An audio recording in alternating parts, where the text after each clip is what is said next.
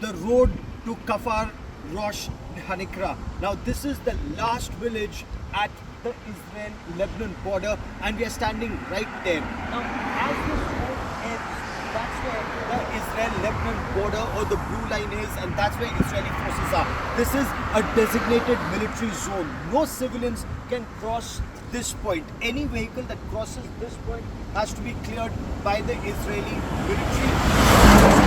The Israeli army to be able to stand here and to show you where that blue line actually is between Israel and Lebanon. And the operations right now are extremely close. There are intense operations that are happening. You can hear the constant sound of the drones.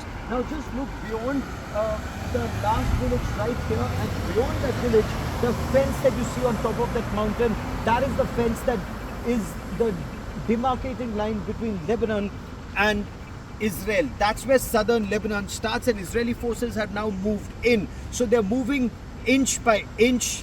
The localities, the villages which are very close to the border in southern Lebanon, those villages are being cleared of all Hezbollah fortifications, whether they have their gun positions there, their anti-tank guided missiles, and it's extremely dangerous to stand where I'm standing. Why? Because if a rocket is fired from the other side, when you're in Haifa, you still have between 45 seconds to 1 minute to run to a shelter. Here, the moment that rocket is fired, you can actually hear the rocket being fired. Before the siren is heard, the rocket actually slams to the ground. So your reaction time is less than 30 seconds. You hear that sound of that rocket being fired, and you dive into the nearest ditch or a bomb shelter if there's one close by. And where we are standing, just look around. All these houses are now abandoned. Nobody lives here. People have taken their car. Their additional cars are parked on the roadside or where they can be. They come here during the day for some time, look after their houses, and then before afternoon they've gone. So for example, the sound of these drones that you hear above me, these drones are scanning the ground almost constantly in southern Lebanon to see where the Hezbollah strongholds may be.